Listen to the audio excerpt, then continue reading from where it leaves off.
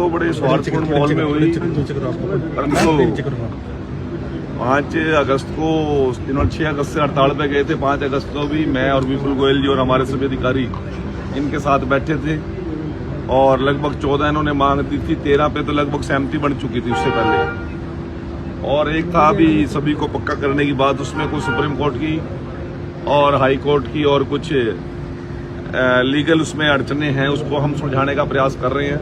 हमने इनको 5 तारीख को अवगत कराया था, परंतु इन्होंने ये बात कह के जब लीगल अड़चने आपकी ठीक हो जाएंगी तो तब हम हड़ताल वापस ले लेंगे।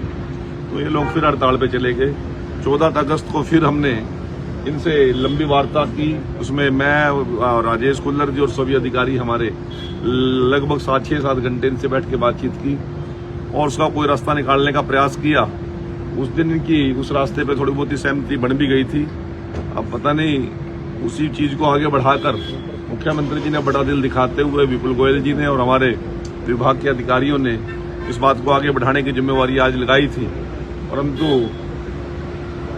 1-2 विषय ऐसे हैं जिनको लेकर हमारे अध्यक्ष जी नरेश शास्त्री जी और उनकी टीम की सहमति नहीं बन पाई। तो इसलिए आज इस बात को हमने यहीं विश्राम देने का प्रयास किया है। इसके बाद मुख्यमंत्री जी का 2 दिन का शायद बाहर का विजिट है, वहां से आने के बाद मैंने इनसे कहा है कि एक बार फिर मुख्यमंत्री के साथ बैठ के आपकी सीधी बातचीत करा लेंगे और संभवतः है इसका रास्ता कोई ना कोई डेड लॉक ये खुल जाए। कौन सी विशेष बातचीत अभी वो पक्के करने की बात है। अभी बाकी सारी मांगों पर सहमति बन गई है।